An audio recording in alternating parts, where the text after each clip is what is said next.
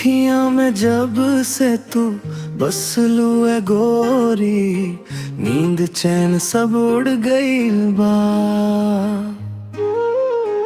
तोहरे बिना अब जियल मुश्किल, दिल तोहरे से जुड़ गई बा।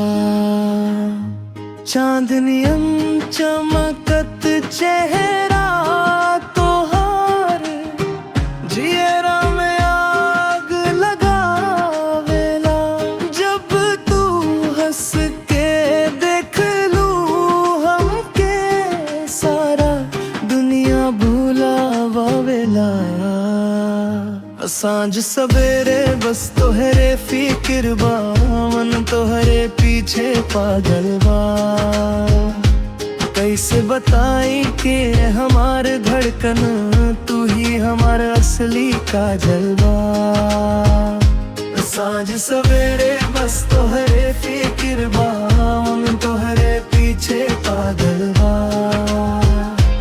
कैसे बताई कि हमारे धड़कन हमारा असली काजल बा।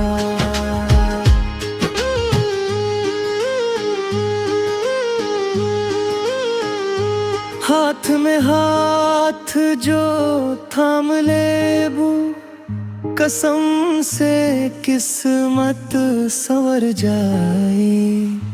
प्यार के मीठ मीठ डगरिया हमनी के संग गुजर जाई। सांझ सवेरे बस तोहरे फिक्र बा, मन तोहरे पीछे पागल बा।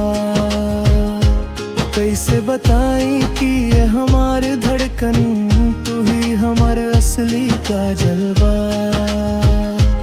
दुनिया चाहे कुछ हो बोले, हम ता तोहार हो गई नी।